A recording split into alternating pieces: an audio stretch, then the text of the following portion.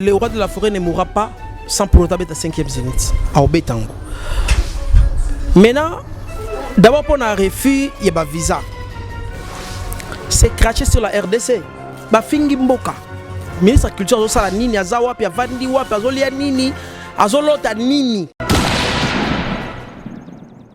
Parce que tout le monde a un la message moi le qui qui bango barobe tati na 2085 qui n'a évité. D'abord Bokechu a zéro côté. Moi je ne vois pas Bokechu. Tout seul ngato pesa ampleur mo boye pendant que Bokechu est musicien à sala côté. Kabila a un pouvoir té. Et comme tout Fachi. Est-ce que va ministère ba Yembeli Fachi? Ce que va Yembeli. Est-ce que finalement tu vas dans la président oyo to boyi ba musicien président wala to boyi ba musicien ti to ma culture na biso ba musicien baza na impact politique té ba musicien no mo bon wana ba ça est pour la politique Sankara na mona kutu bilanga bete a boli kola biloba loba wana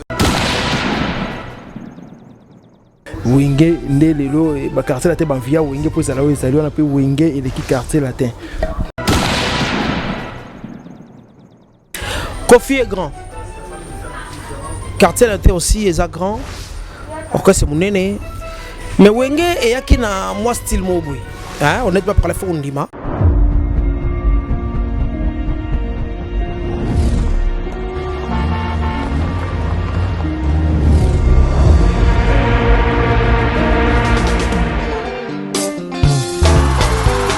Ekozala les a déjà.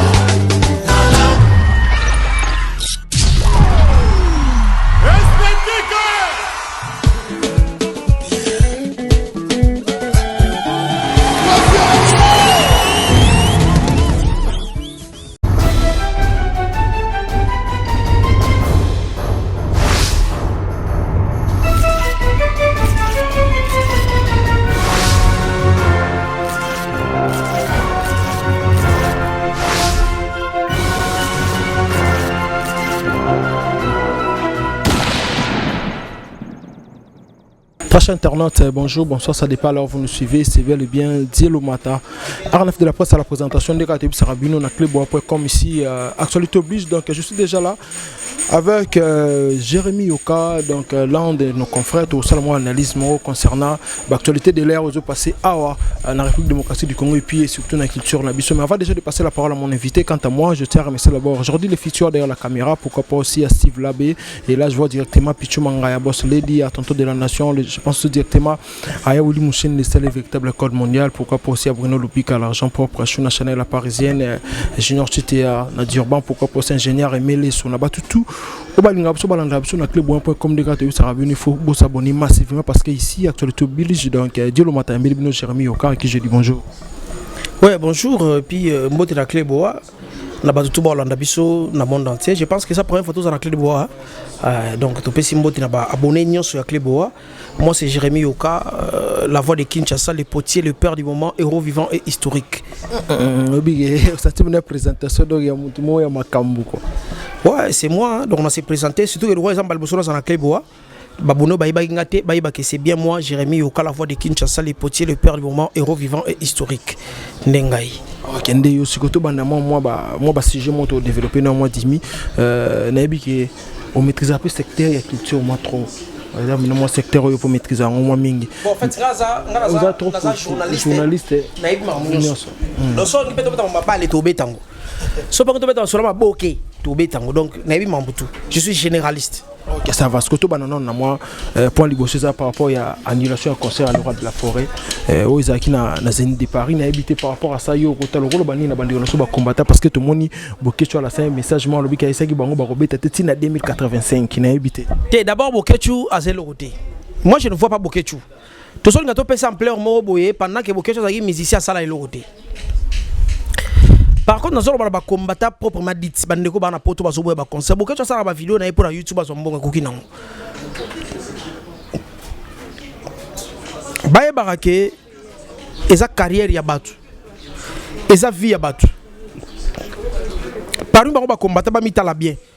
Au mona ke yemoko soka ya poto na paru bango mona ke ebele ba ya poto na sima ba musicien na sima musique au moins mozo eza yete ya grand frère na so za grand frère était petite sœur so petite sœur te eza noko so no de tasu tato abota yo po bota na obota na poto d'ailleurs ba ozo panda obota na poto ko la osala le ki combattant au moins ke tasu père no pe we mamda na ye tamsu wera tamsu jibe alors bon comprendre que sa carrière a battu sa vie a battu ba ne belé ba osala succès mikolo yo ba na difficulté. Moi je trouve très mal comment on a montré la Fabregas Maestro avec tout ce qu'il a fait depuis 1900 Yamadoti Lelo à Beta concert na parité. Succès Fabregas a sali et ça très important.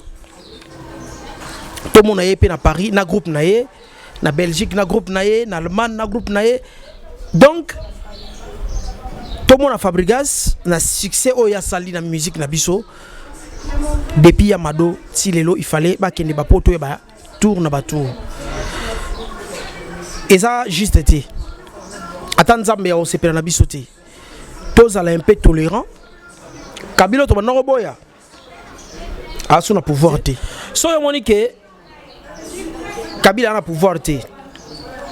Et comme il tour a Fachi. Est-ce que va misera ba embeli Fachi? So peut ba embeli. Est-ce que finalement tu vas nous à la président oyo to boyi ba musicien président wala ye to boyi ba musicien ti to ma culture na biso mboka ezangi culture eza mboka eza lokola zamba ezangi nyama moni donc bomo na musika bota l'avenir mboka bota l'avenir à culture bota la paix bana o bazana kata ba orchestre wana aujourd'hui Kofi vit hein mais ba misia Kofi ya lelo. Ouais, Ranson est le roi de la forêt, hein, mais orchestre c'est dans les lots. Au moins, l'orchestre c'est le même impact dans le Congo et comme il plus le leader. Au moins, il y a Ibrator en Afrique du Sud, à Rozonga. Le roi de la forêt qui n'a pas bataille, c'est Poto, à Rozonga, Fabregas à voyage à Rozonga. Mais ce qui groupe, c'est qu'il y a des Rozonga. Changement, il y a vie, il y a des musiciens, et ça peut quoi apporter impact social. Parce que ce musicien qui est porté dans l'Olympia, ils ont démontré dans Tabeti, par exemple, na village Chetemba et puis on va mettre une invitation ticket et camarade mais so misaka beti ne fils na LC ticket bo somba pour muto na poto muto ta concert au filazati bo somba ticket mbongo wana ko permettre ba mission zota mo ba quelque chose ba yepe awa kabele pe nies na ya fute pe mo na Minerval et ça a un impact donc beaucoup parle que ça va vie abatunde bo bebisa. Ouais, bah comprendre ils ont vie abatunde bo bebisa ndongo lobi wana que beaucoup de choses loroté mais ce que par rapport à tout faire non que bandi comme suspendre ba Fabregas ça il faut un concert à Lyon en novembre on va faire rigole après il faut prester en novembre ah pourquoi Kofi Olomide il faut prester donc on éviter ce que l'aura déjà pas en sort déjà pas est-ce que ils a normal de tout le monde qui ambassade na Schengen surtout ambassade de France va refuser copier ça en son ba visa est-ce que c'était vraiment normal bino les ambassadeurs à un pays na biso mais pour pas voyager comme un peu compliqué alors pourquoi d'abord on a le lobby que le roi de la forêt ne mourra pas sans pour autant être à 5e zénith à Obetango. Maintenant, d'abord pour un refus, il y a un visa. C'est craché sur la RDC. Ba fingi mboka. Ministre de la Culture azosala nini azawa pi avandi wapi azolia nini azolota nini. Ministre de la Culture azolota nini. Je pense que pour un poids il y a mboka na biso pour la valeur mboka pour un poids il y a artiste le roi de la forêt même ministère il fallait tellement il y a culture même gouvernement congolais l'état congolais il fallait tellement parce que l'état s'est imposé visé ngebima concert pengé betama na bandi toke on a procédure ya ko solo là on a encore besoin de remonter les concerts des vies ya Kofi Olomide des concerné ya vie Bercy ou Robeta ou Jésus de Niance à Robeta na Casino de Paris Maestro Fabregas à Robeta na Lyon Monstre d'amour à Lyon. Donc je veux que Batiki la bango occasion on va mettre un concert wana et ba concert on sur que Betami et vous allez beaucoup plus honneur il y a culture na biso parce que drapeau ya RDC ko flotter na France drapeau ya RDC et comme mata jour wana et au sala honneur il y a culture nabiso et zotombo la mboka au moins les lots sont na Côte d'Ivoire donc comment lukabaye balingala et ça pour na balete il y a peu pour la politique il y a pour la musique tant on toka banzembo Kofi banzembo JB banzembo Wera et au pesa bango posa ya koye balingala et les lots Côte d'Ivoire tomata alors l'État peut s'impliquer bande au pe bana poto bazo mo conscience wana que ba musicien baza na impact politique té ba musicien no mo bon wana ba ça l'autre pour la politique voilà parce que protocole dessus en net yo message ni go yebisa ba combattre surtout net tête d'affiche na bango za Boketu na éviter parce que Boketu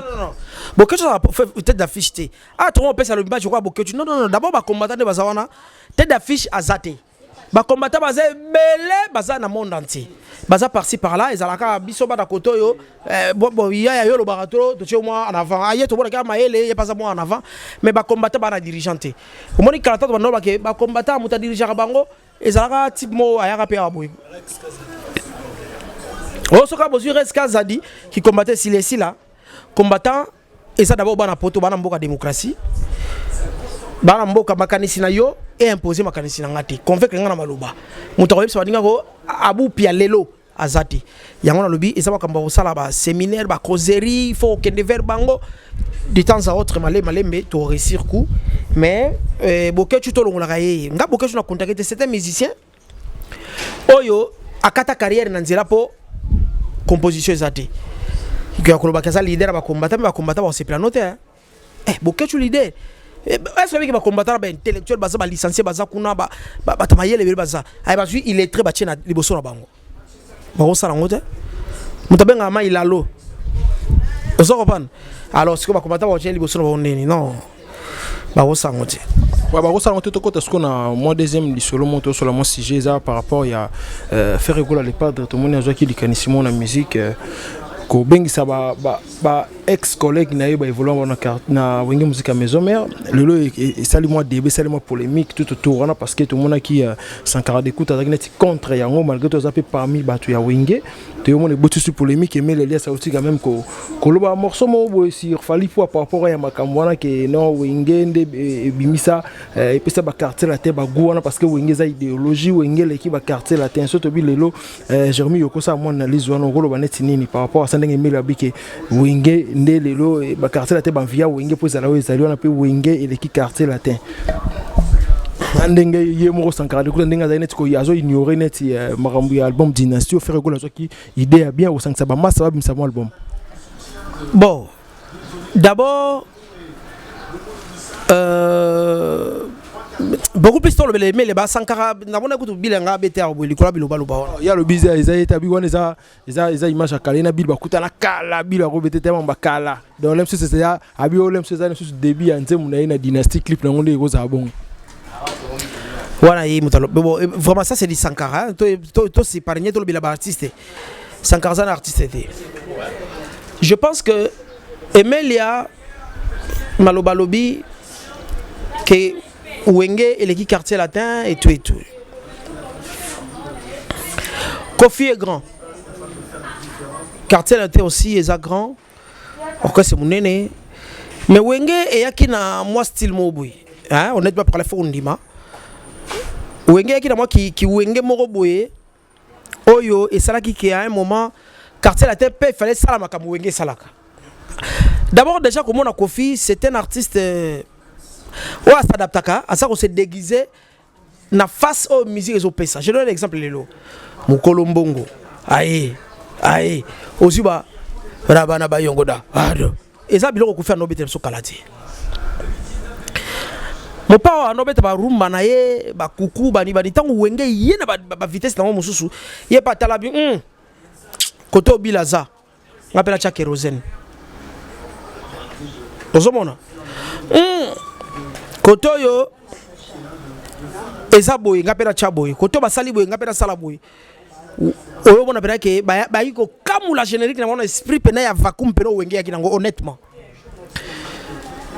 et puis tu vas voir que tango quartier latin en fait maison ben BCG ça la guerre nango et maintenant quoi quartier latin na viva mais quartier latin qui m'a qui viva et comme on le compte à la 4 maison mère na BCBG donc en quelque sorte quartier latin comme on l'a appelé ma maison mère il y a Wenge pour ne pas dire maison mère et c'est comme ça mais koloba ke songola leki kinganja leki wana les ali parangu bati pour quartier latin salima kamnango Wenge et salima kamnango. Voilà, donc voilà, aimé les émotions aibi mambalobi. Et ça par rapport à l'analyse nae, on a PCE torté, mais la PCP raison à 100%. Voilà, oui, c'est le moment. Et puis, mais comment ça album faire Sali Dynasty ou Anya Sangisa ba camarade nae, et ça très important. Au moins musique tu as posate, Toyo Kara Keote, Kinganda Iba Kibagana Nyoyo. Songolo abambaki mutubwe libanga, oyo na oyo bafingana ki, Kingada finga kina no bakutana restaurant babeti ye. Toi posa masolo wana ti. Toi posa ya nani ayemba kina nani oyo. Songolo ayemba kina mpakala. Au mona ke un grand chanteur comme Babindombe. Toyo kaye lisusu. Oyebi soki nze wa mama mabe. Na pesi bande ko devoir. Luka mama mabe. Kota na Google la chanson mama mabe. Yokane Babindombe ayemba. Yokane nge fera na jala nzembo wana. Kende ko sika irita pas bakota ki wana aina no mona muke mwana wa ba o melise libele ndenge irita kotaki elengi wana mais pourquoi tu revivre en côté Serge Babel azoyemba Emile la c'était mingo azoyemba Gilete Mulopo azoyemba Babindombe J3 Mimbongo J3 Galeno Élégance azoyemba pour ça, J3 on veut voir des histoires pareilles. Bill Clinton c'est le Alandi. On s'en comprend. Donc c'est très important. Et là on a fait la Sali. À Sali pour ça a été. On a bien une inspiration Nzambe. Nazara sir que inspiration à Zoango soki na mbetu teta ngala laki et ça la toilette. Ouais. Et ça va lier sain. Et ça place où mutakuta na yemoko. Même tout en matana mbetu. Atola nda mwasino. Okangimisu, otikali yomoko. Au fini hydra tant okangimisu boy. Même moi si même mobali et ça na tamo au bosani ke na mobali au pedre. Au kepe no koti na kati na yomoko na pongi. Ero mutasola na nzambe. Et ça sort na pongi, sort na WC. Moussa côté toilette. Au moins la douche, mutaemba yemba. Mais la toilette, on a un dégagement chiro shot. Au fond, il y a inspiration zoya. Et ça me trouve avant de calmer. Lié, c'est là, la toilette, tu es solo. Faut voir, so il pas besoin ça, noki bimisa. Noki bima. La toilette, on a vandi pena calme. On va dans tkali boy, tkali yomoko na yomoko. Saint-Esprit au quitter là yo. Molimo ko ya pena aux inspirations. Ya on a bien ça que ça la sala plutôt faire la sala a zo idée ya dynastie soit na pongi soit na toilette. Pour moi que l'idée ko balinga la facile ça que pas on a wese. Parce que et ça place au muta s'inspirer bien parce que yemo na conscience ne nanzambe. Vous comprenez? Voilà. Ouais, voilà, toujours, je ce que tu as moi, si j'ai souhaité par rapport à ma mamboka, j'ai évolué. Jérémy Yoka, je pense que il est généraliste. Autant de pays que de l'élo. Est-ce que c'est une différence entre Ndengi Fachazo gouverner, Ndengi Raïsa gouverner? Est-ce que la différence c'est ça? Parce que on dirait que tous là qui rien n'avance, mais on se voit que évolue, on se voit que notre zongi sous simasus. Tozarande tozalaki po mapate zalaki moïse bano bima elanga pe yaki. Mais différence ndeza makasi. Priscilla Makangila. Mamna olubawa. Priscilla Makangila aibi. Différence ndeza makasi ya osarate. Pourquoi? Parce que omoni ndatonga Kabila. État de droit toyo ka sango ezalati. C'est-à-dire que le ministre mi yibele pour la vie na yo na basi na bara na yo mi yibele pour la vie mobimba tonga banda ku sala vie na yo leo to mona pena que ministre Après muta IDPS. Bakangiro ake makala. Tout le monde a ministre, directeur du cabinet chef de l'État. Ba soupçonné na likambu, ba bengi dans la justice. Il y a l'autre déjà tout le monde a quitté. Mais sur le plan social, le coup n'est pas encore réussi. Pourquoi? Parce que au fait Kabila tanga zotika pouvoir, abande rotika yango po akendete. C'était quoi l'objectif? Na keme na bloquer na bakwe moboy. Tu vas voir que Namboko to salaka na batuluko la ba tatuka sebu to salaka na ba orgaman to salaka ça dit au moins elle va que vie chiche ça so azuka pouvoir lelo lobi na tongo biloko kiti ça dit biloko emi kiti si yango moko dollar emi kiti si parce que économie mboka ça na boka ba congolais ba patriote économie mboka e fandaki na bana mboka lelo économie mboka kena ba libanais ba bien et au côté mboka na kesa l'état et comme ba privé tout ça na zone abiso asi touristique le za qui ngakati vous comprenez donc Kabila régime naie et neutraliser mboka makasi crise to na lelo eza fruit ya makamboleka yilobi. Mais si vous avez accusé que non état de siège c'est là au moment où mais depuis bacha on dirait mikolo pe guerre ils ont makasi donc ba bloquer ba piège ils continuer puis ba rebelle bazo continuer toujours ko katabatu ko tumba ba état de siège et lobby te que to salango mbango to silisa état de siège et ça titre de solution constitution lobby te que état de siège ça 2 semaines renouvelable 3 fois t et ça renouvelable jusqu'à l'infini tant que solution mon anité nabi elle aurait dérangé bato ça combo état de siège elle aurait dérangé ça combo état de siège on a pas Fatim t'a décrété yango ndeko to fa na mboko yo état de siège salama combien de fois bato bakufa kuna mais ndenge salami benga bandeko baza kuna ba koyebisa yo comment le bato ba vivre ba l'hôpital so ça état de siège malaboko ezala kwa na ndaku ba forcer ba batumula bino mingi obi bon to tie fait na biso ba paquet na porter à lupango mais elle ba que no somba lipa biso na ko ba menacer bango te pa te na porter à lupango na bino mais tango yo kaka ba menacer ki oye wana bosilani muke ko banga ko bando kota laissez-moi te dire que lelo ba avancer les asunde za kili bosote pour tala ba avancer na yango. Et puis, bah quand tu vas décider s'il faut que l'on lango, pas seulement l'on lango, tout ça, on a vie normale, pas vie qui normalité. Vie qui normalité, bah on a souffrir. On a des bello moko. Nous avons ballon l'état de siège on a des financements, bah doit financer. Oui point nini. Mais bah gouverneur bah poser bah poste na bango. Bah gouverneur civil au bazaki wana. Toi décréter état de siège.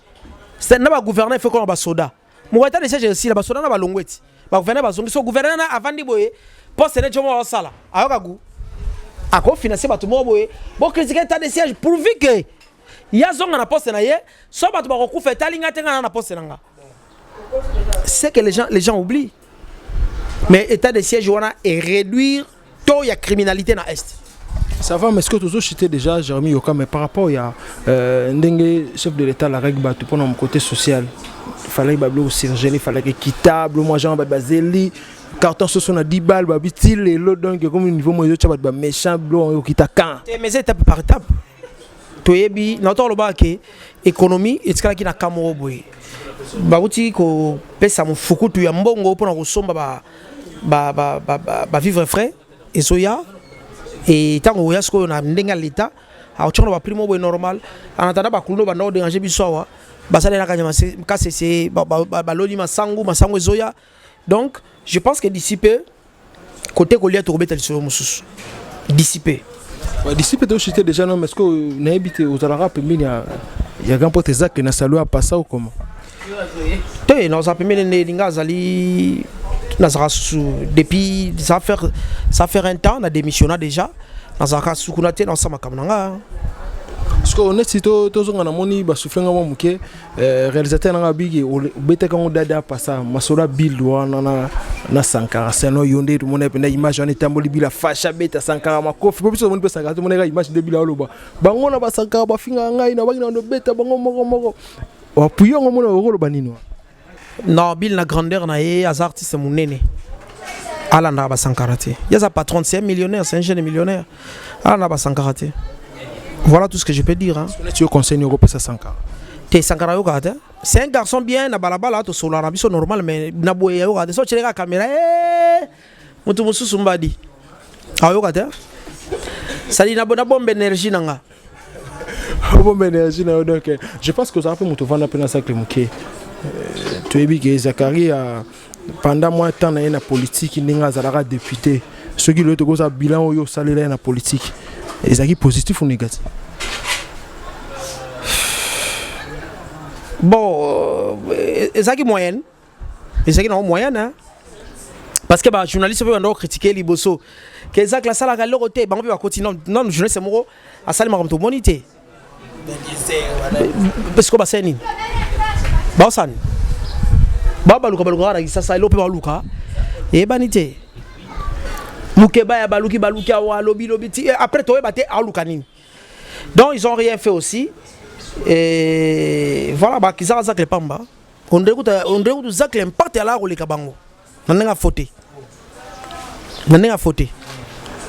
pour ça que era za député yo yebi siko tala na ba lelo sans c'est parti ya niama na kota zando na député moko ba do yebi na ngoyete na zando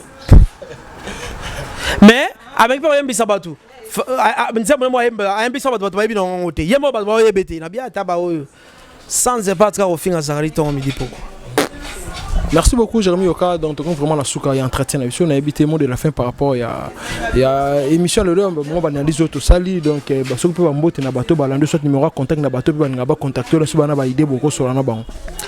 Pour ba ba contacter ngai na plus de 243 89 52 40 450 wana usinga mala mona nzela WhatsApp mais pour na kopesa d'abord mbote na kopesa mbote na kulutu na la fontaine qui lembe yaza na États-Unis na body bontolo na États-Unis na jina mujinga ma popi yaza na France comme ce qu'amène un parent français et oh papa otanga makasi bili comme ni voilà au sera libanga ah mwambalani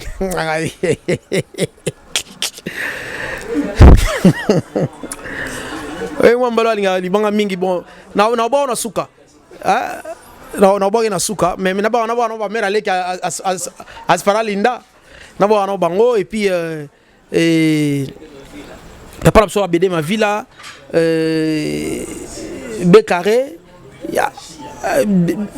machia Pachia très bien B carré Pachia Ben Mavembo Nancy Basele et puis Dorcas Belokoko na Jérémy Makiese parce qu'on peut monter mais na confirmé pe bon nanga boire à na boire des belé BBC il aime ça batu allez message dans ce que ça ke bolingo pona mboka bolingo pona culture na biso mutalingi Congo au sala congolais mabete yo solo bana komba Congo tika au sala congolais mabe ko sala congolais mabe eza ko empêcher événement ya moninga eza pe ko empêcher concert ya moninga to kanisa ba balali nzala to kanisa ba o bana posa ba sala po bazwa po elo wera ngasa na zenith yaki asala po bazwa donc botika ba misi ba sala musana bango to linga Congo.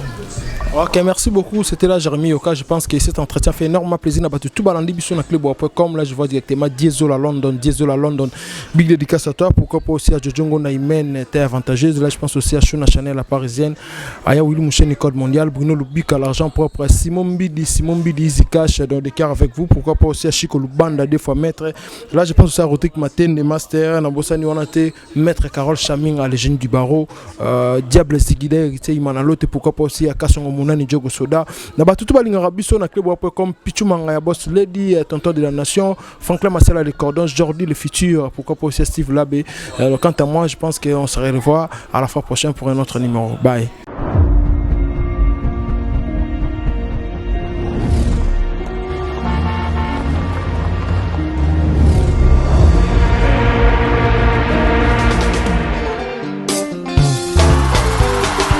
ekozala eza déjà